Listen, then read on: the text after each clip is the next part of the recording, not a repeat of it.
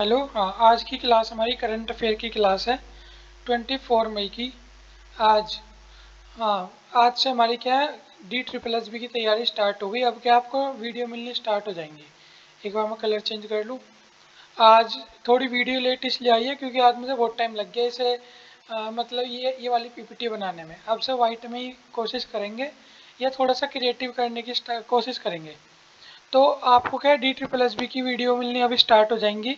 एक मैथ्स की वीडियो भी अपलोड हो चुकी है, आप उसे भी देख सकते हैं। मैं बता दूं, अभी हमने क्या है, बस जो मैथ्स वाली वीडियो थी उसके अंदर किस तरह की वीडियो क्वालिटी वगैरह उसके लिए डाली थी। एक टॉपिक हल्का से डिस्कस किया था। नेक्स्ट क्लास से क्या है, हम प्रॉपर रूप से पढ़ेंगे, तो आप क्या है उसे भी चेक कर सकते हो, मैथ्स की क्लास को भी।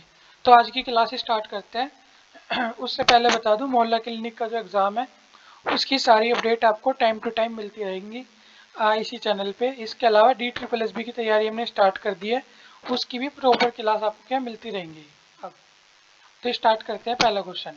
ये class DSSB pharmacist, PGT, TGT, PRT, head clerk, हर जगह जहाँ भी जनरल पेपर आता है DSSB में, हर जगह यूजफुल है। तो एक बहुत बड़ी खबर है, ऑस्ट्रेलिया के नए प्रधानमंत्री बने। तो कौन है ये? एंथनी ये अल्बनीज। ये क्या है, ऑस्ट्रेलिया के नए प्रधानमंत्री बने हैं, ये आपको दिख ही रहे होंगे। तो इनसे पहले क्या थे, स्कॉट मॉरिसन थे। अब क्या है, ये जीत के आ गए हैं लेबर पार्टी की तरफ से, क्या है ये जीत के आ चुके हैं। इनके बारे में मतलब बात है कि सबसे पहले तो इन्होंने क्या है, स्कॉट मॉरिसन की जगह ली। दूसरा क्या है, लेबर पार्टी के नेता है। और इन्हें क्या है, एल्वो नाम से भी बुलाते हैं इनके मतलब कंट्री के अंदर। इसके अलावा क्या है, मतलब ये बताते हैं जो इनका बचपन है ना, बहुत गरीबी के अंदर बीतता। और इनकी जो मदर थी वो सिंगल चाइल्ड पेरेंट है, मतलब इनकी मदर थी। इनकी मदर ने ये बता रखा था नहीं कि इनके फादर है नहीं, इनके फादर नहीं है, मर चुके हैं वो। ये सिंगल मदर चाइल्ड बन के थे। बाद में इन्होंने, इनकी मदर ने इन्हें बताया कि नहीं, इनके पिता है। दरअसल इनकी माँ की कभी शादी ही नहीं हुई थी, किसी दूसरे देश के वो व्यक्ति थे। मतलब दूसरे देश के व्यक्ति थे, शादी नहीं करी थी। और जब ये मतलब जब ये उनकी मदर प्रेग्नेंट होगी उसके बाद वो उस देश से जा चुके थे।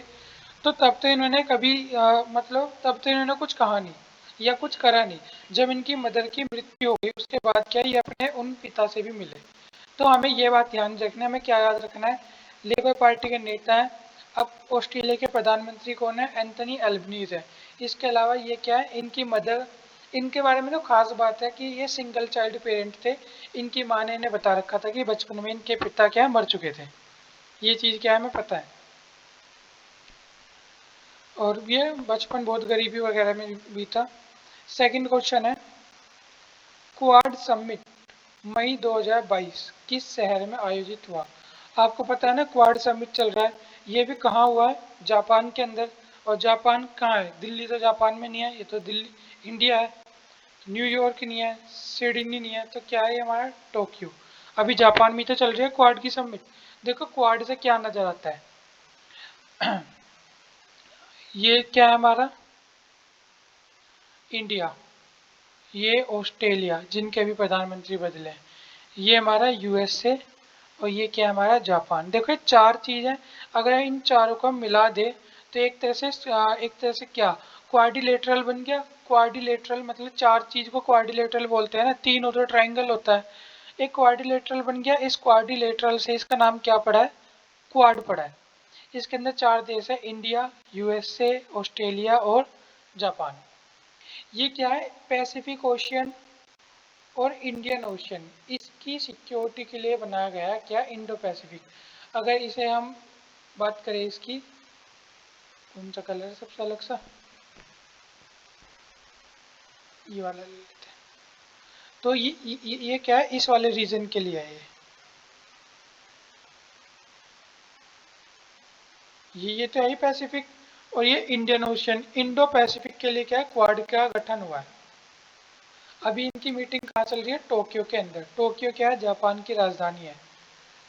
मार्कर चेंज करना पड़ेगा। ठीक है। टोक्यो क्या है? जापान की राजधानी है। प्रधानमंत्री क्या है, 23 मई को क्या टोक्यो पहुंचे और उसके बाद क्या मीटिंग हुई।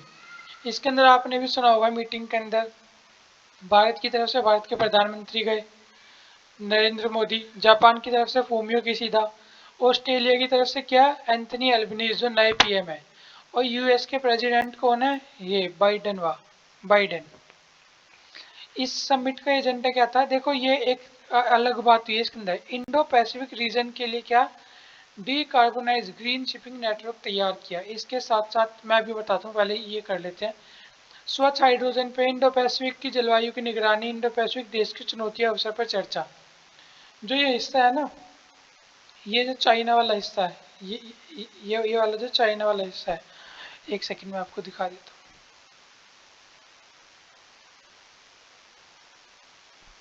ये जो चाइना वाला हिस्सा है ना, ये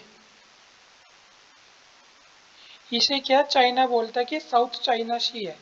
इसके अंदर कई बार चाइना क्या करता है, किसी जैसे इस चाइना का शिप है, यहाँ ऐसे ताइवान के आसपास आ रहा है, तो इसे पता होना चाहिए ना ताइवान को कोई शिप आ रहा है। इनके ऊपर नेविगेशन सिस्टम होता है। चाइना क्या करता है, जैसे जापान की तरह इसकी चाइन ताइवान की तरफ आएगा, अपने नेविगेशन ऑफ कर देगा, अब किसी को नहीं पता इसका शिप कहाँ है, और अचानक से हमला भी कर सकता है कभी इस तरह, क्योंकि इन्हें पता तो लगेगा नहीं जब ये अपने नेविगेशन ऑफ कर देंगे। इसीलिए अब जो ये क्वाड है, इसने क्या कहा है कि हम सैटेलाइट छोड़ेंगे अमेरिका, मतलब आकाश के अंदर आसमान में, और वो क्या है इस जगह की निगरानी रखेंगे, इस पूरे जगह की। इससे क्या अगर चाइना अपना नेविगेशन सिस्टम बंद भी कर देगा तो सैटेलाइट से तो पता ही लग जाएगा। और जो सैटेलाइट की एक्सेस है ये इन सबको मिलेगी, जो पैसिफिक ओशन के जितने भी देश हैं या इंडो पैसिफिक में ये नेपाल भूटान म्यांमार, इन सबको क्या इसका एक्सेस मिलेगा। वो सैटेलाइट से भी देख सकते हैं उनके देश के आसपास कहाँ क्या है। तो ये क्या है, क्वाड के लिए क्या इन्होंने सैटेलाइट वगैरह लॉन्च करने का वो किया है, मतलब तय किया है या स्टार्टिंग करी है। इसके बाद और भी बहुत सारे बॉन्ड वगैरह होते हैं, वो सब भी किया है। मेन क्या था वो हमने पढ़ लिया। तीसरा है वर्ल्ड इकोनॉमिक फोरम। ये है क्या हमारा वर्ल्ड इकोनॉमिक फोरम। इसकी सालाना बैठक 2022 में भारतीय प्रतिनिधि, इसकी सालाना बैठक थी, इसके अंदर भारत की तरफ से किसने प्रतिनिधित्व किया, पीयूष गोयल ने। पीयूष गोयल का सब जानती हैं।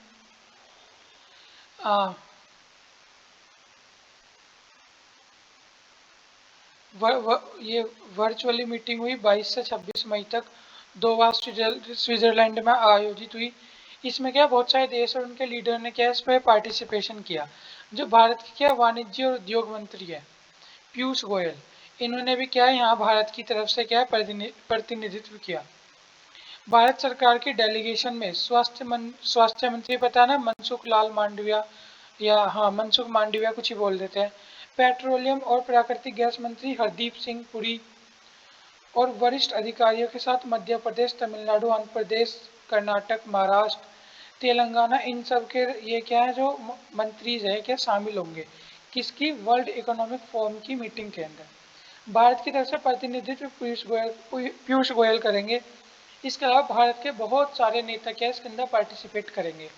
तो हमें इतने सारे नेता का याद नहीं रखना, आज थोड़ी ना हमारे पेपर अब से कई दिन बाद होगा, तो हमारे से क्या पूछ सकता है कि जो 2022 के अंदर वर्ल्ड इकोनॉमिक फोरम की मीटिंग हुई थी, इसके अंदर भारत की तरफ से किसने प्रतिनिधित्व किया था, तो पीयूष गोयल ने। इसका मुख्यालय कहाँ है, ये दो दावोस स्विट्जरलैंड के अंदर। अध्यक्ष क्या है, बार्गे ब्रांडे, बर्गले भी बोल देते हैं, बार्गे। तीरंदाजी विश्व कप, ये अच्छा क्वेश्चन है। तीरंदाजी विश्व कप 2022 में 2022 इस टेस्ट में भारत ने कुल कितने पदक जीते। जो तीरंदाजी आर्ची कंपटीशन होता है इसके अंदर भारत ने कुल कितने 5 मेडल्स जीते हैं। तीरंदाजी वर्ल्ड कप का आयोजन क्या है, दक्षिण कोरिया के 16 से 22 मई के बीच हुआ। इसके अंदर भारत ने बहुत सारे मेडल जीते हैं, बहुत सारे। गोल्ड ये रहा हमारा, रजत चौहान, अमन सैनी, अभिषेक वर्मा, कंपाउंड मतलब मिलकर जीता है।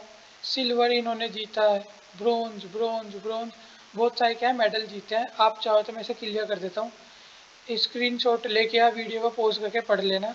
हमारे काम के जो थे वो ये थे रजत चौहान, अमन सैनी, अभिषेक वर्मा, ये हमने क्या पढ़ लिया।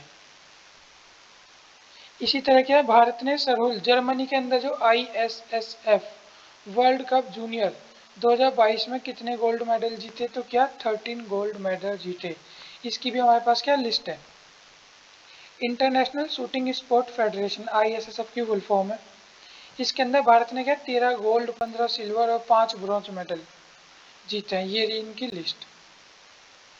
अब लिटरली कहूँ तो ये हमारे काम के नहीं है, इतने सारे मेडल ना आप याद रख सकते हो, ना इनके आने के चांस हैं। हाँ बस ये है, ISSF ने क्या, भारत ने गोल्ड मेडल जीते थे, इतना याद रखना कि भारत ने कोई मेडल जीता नहीं जीता, हाँ भाई जीता है, अच्छे खासा अमाउंट में गोल्ड जीता है।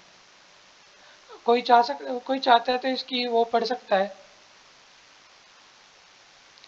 केंद्र सरकार ने MP local area development scheme, ये बहुत इंपॉर्टेंट है, MP local area development scheme, इसे क्या बोलते हैं, MP लैट्स, फंड में ब्याज उपयोग पर रोक लगा दी है। देखो क्या होता था, मैं सिंपल भाषा में बताता हूँ।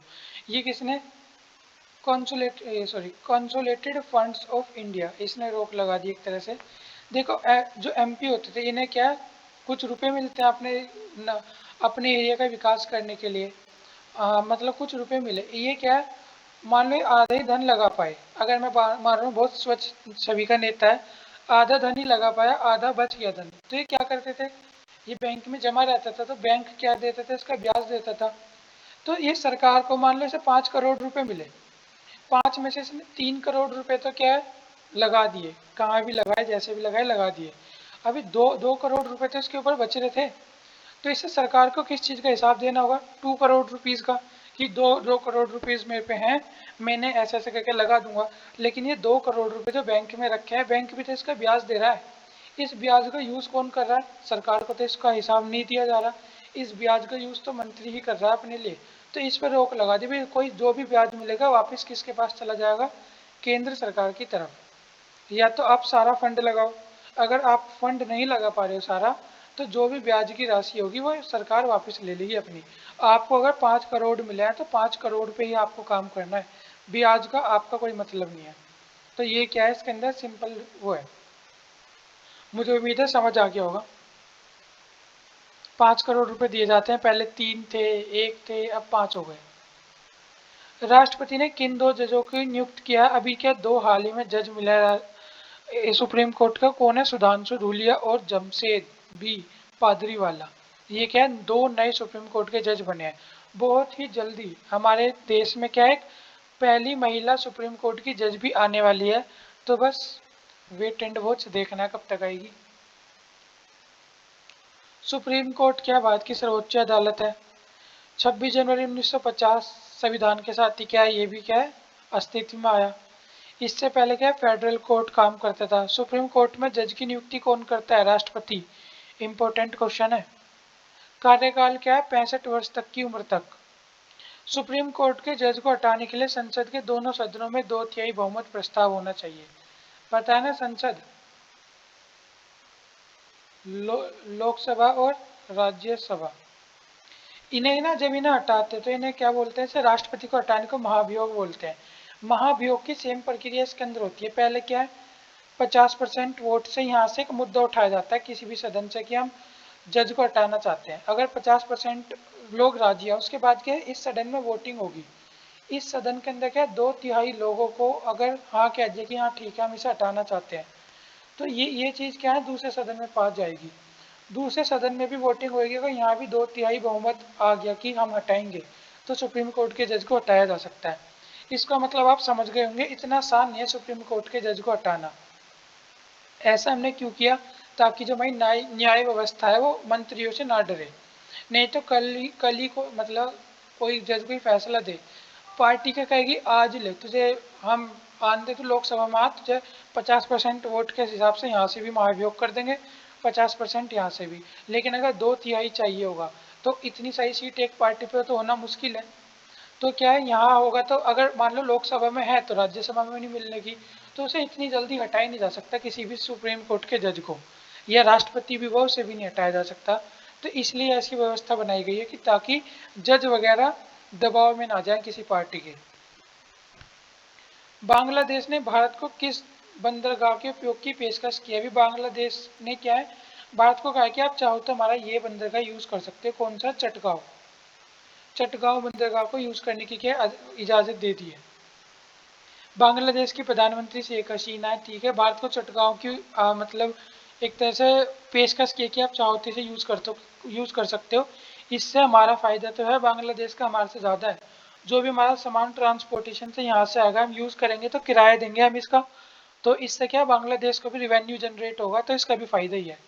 बांग्लादेश की सीमा से लगे 2 पूर्वोत्तर राज्य मेघालय मिजोरम को भी बंदरगाह का लाभ पहुंचेगा। जो भारत के मेघालय मिजोरम है जो बांग्लादेश से टच होते हैं, उन्हें भी क्या है इसका लाभ मिलेगा। इस बंदरगाह से उनके यहाँ भी सामान ट्रांसपोर्ट हो जाएगा ना। और भारत का जो पूर्वोत्तर राज्य है, अब मैं मैप नहीं बना पाऊंगा शायद इसमें इतना अच्छा।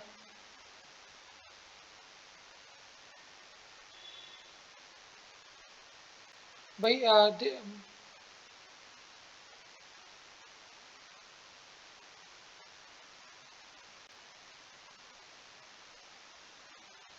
कुछ ऐसे से है ना, ये यहाँ तुम्हारा बांग्लादेश है, तो ये इससे टच हुई हुई है वो है। तो ये जो बांग्लादेश का जब हमें पोर्ट का एक्सेस मिल जाएगा, तो अभी क्या है, हमें मान लो कोई सामान है वो सीधा यहाँ से ऐसे भी जा सकता है, या हमें यहाँ जो कनेक्टिविटी है ना बहुत ख़राब है, बड़े सामान यहाँ से नहीं जा सकते। इसे क्या बोलते हैं, चिकन नेक बोलते हैं, या सिलीगुड़ी भी बोलते हैं कॉरिडोर। यहाँ से क्या है बहुत ज़्यादा ट्रांसपोर्टेशन नहीं कर पाते हम। तो अगर हमें ट्रांसपोर्ट मिल जाएगा तो हम यहाँ से बांग्लादेश के जरिए हम अपने नॉर्थ ईस्ट में सामान पहुँचा सकते हैं ईजिली। तो यहाँ के डेवलपमेंट के लिए बहुत ज़्यादा उपयोगी कदम है ये। तो फायदा ही मिलेगा इससे भारत को भी और उन्हें भी।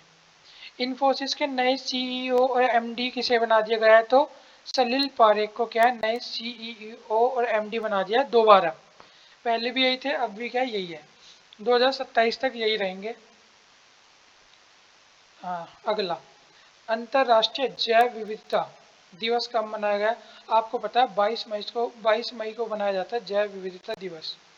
इसकी थीम क्या है 2022 की, सभी जीवन सभी जीवन के लिए एक साझा भविष्य का निर्माण, या कह सकते हैं building A share future for all life. English में क्या है, building A share future for all life. और इसमें सभी जीवन के लिए एक साझा भविष्य का निर्माण।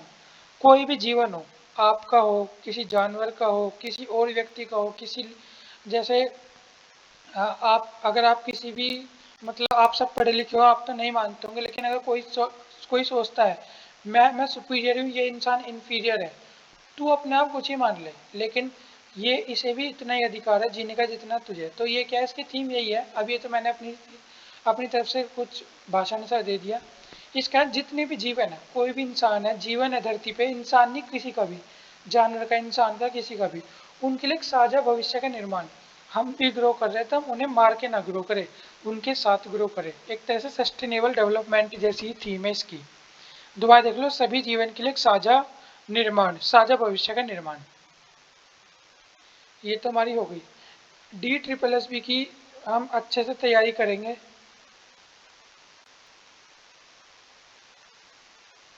और मैथ्स की क्लास आ चुकी है,